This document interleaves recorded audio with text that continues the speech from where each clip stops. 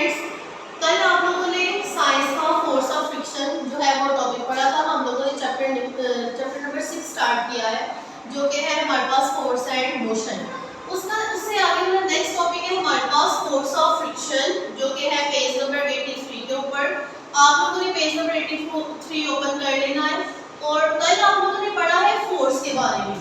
What is force? Force क्या है बेटे? फोर्स हमारे पास है पुश और पुल, कि अगर हम किसी भी ऑब्जेक्ट को पुश कर रहे हैं, पुल कर रहे हैं, तो उस ऑब्जेक्ट में मूवमेंट आएगी।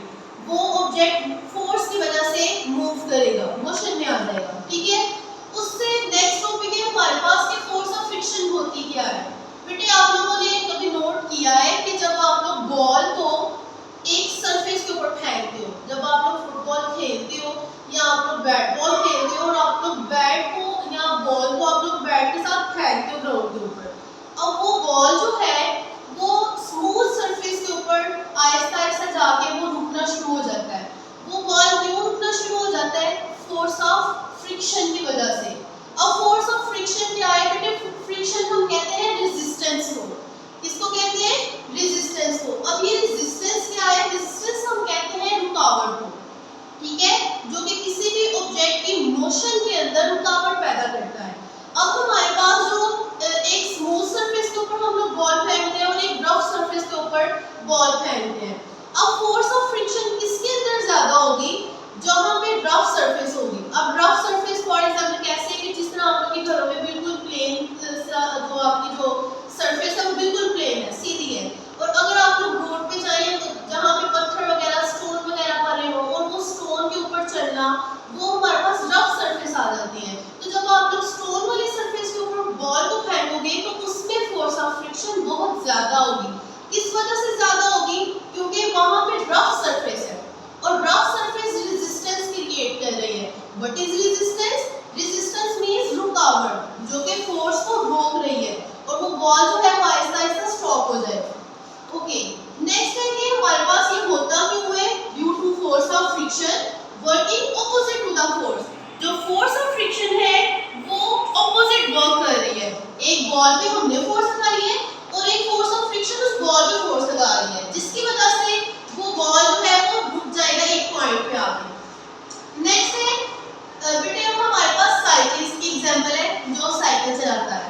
अब दो साइकिल्स हैं, एक साइकिल चला रहा है स्मूथ सरफेस के ऊपर और एक साइकिल चला रहा है रफ सरफेस के ऊपर। रफ सरफेस कौन सी है? जिसके ऊपर स्टोन वगैरह पड़े हुए हैं, जिसके ऊपर चलना मुश्किल है, और एक स्मूथ सरफेस है जिसके ऊपर चलना बहुत आसान है। ठीक है, तो साइकिलिस्ट क्या कर रहे हैं? स्मूथ सरफेस के ऊपर स्मूथ राइड एंजॉय करेंगे, उनको कोई रुकावट महसूस नहीं होगी। उनकी जो टायर है, साइकिल का जो टायर होगा और जो हमारे पास रोड होगा जिसके ऊपर वो साइकिल चला रहे हैं, बेटे उन दोनों टायर के दरमियान और रोड के दरमियान फोर्स ऑफ फ्रिक्शन बहुत कम होगी। क्यों कम होगी? क्योंकि वो स्मूथ सरफेस के ऊपर है। ठीक है, और सेकंड हमारे पास है कि अगर हम देखें ऑन अनदर हैंड साइकिल जो रफ सरफेस पे है, अनपेव्ड सरफेस जो स्मूथ नहीं है, वहां पे क्या होगा?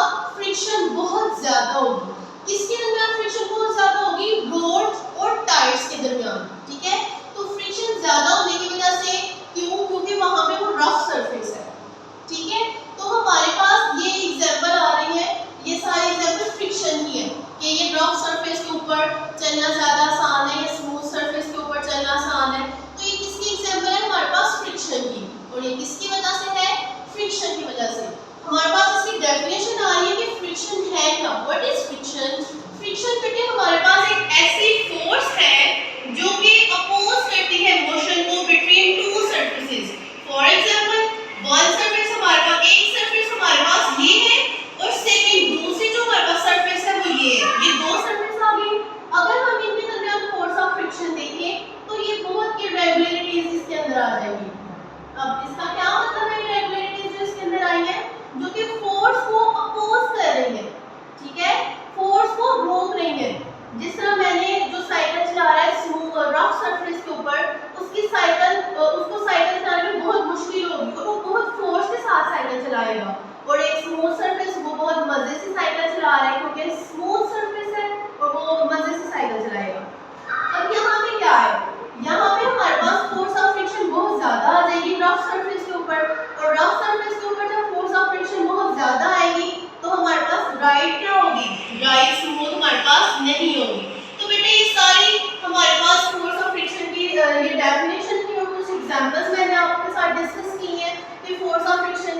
जो जो हमारे पास एक केस मैंने आपके साथ बॉल वाला डिस्कस किया है, एक साइकिल वाला डिस्कस किया है, तो बेटे ये सारा नेचुरल प्रोसेस होता है। जो फोर्स ऑफ फ्रिक्शन है ये नेचुरल ही है, ठीक है। कि अगर हम चल रहे हैं तो जमीन के अंदर भी ये फ्रिक्शन है, जो कल आपने ग्रेविटी के बारे में पढ़ा था कि जमीन के अंदर फोर्स ऑफ ग्रेविटी जो हमें खींच रही है अपनी तरफ। तो दूसरा ये कि फोर्स ऑफ फ्रिक्शन की वजह से भी हम ग्राउंड पे चल सकते हैं। अगर फोर्स ऑफ फ्रिक्शन ही नहीं होगी तो हम लोग स्लिप हो जाएंगे, हम लोग इजीली वॉक नहीं कर सकते, ठीक है। तो आप लोगों ने पेज नंबर 83, 84 एंड 83 एंड 84 ये दोनों पेज आप लोगों ने फोर्स ऑफ फ्रिक्शन का जो टॉपिक है अच्छे से आप लोगों ने इसको रिवाइज करना है।